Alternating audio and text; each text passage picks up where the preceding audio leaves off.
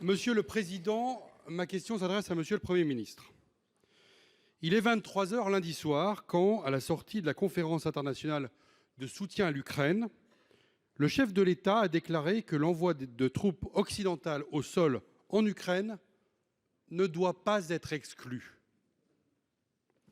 Les Français découvrent alors, en direct, un changement fondamental de notre stratégie dans le soutien que nous apportons à l'Ukraine face à l'invasion d'une partie de son territoire par la Russie.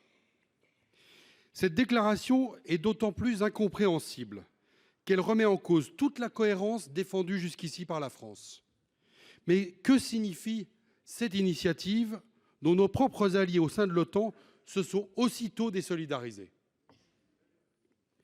Monsieur le Premier ministre, cette orientation n'a été ni préparée, ni concertée avec le Parlement, qui n'en a jamais été saisi, ni de près, ni de loin. En vertu de notre Constitution, la guerre ne peut être déclarée que sur autorisation du Parlement. Bien sûr, nous aurons l'occasion d'évoquer ce sujet lors du débat qui va avoir lieu prochainement, mais ce ne sera que de manière incidente, puisque son objet est l'accord bilatéral de sécurité avec l'Ukraine, et en plus, ce débat aura lieu après coup.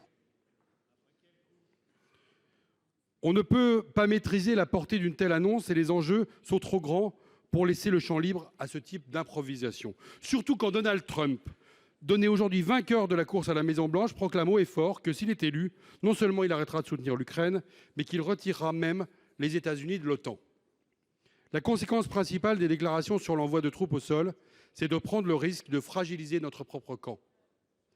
Alors, monsieur le Premier ministre, quels engagements prend ici votre gouvernement pour respecter l'ordre constitutionnel et surtout pour continuer de défendre notre intérêt le plus fondamental, à savoir la paix?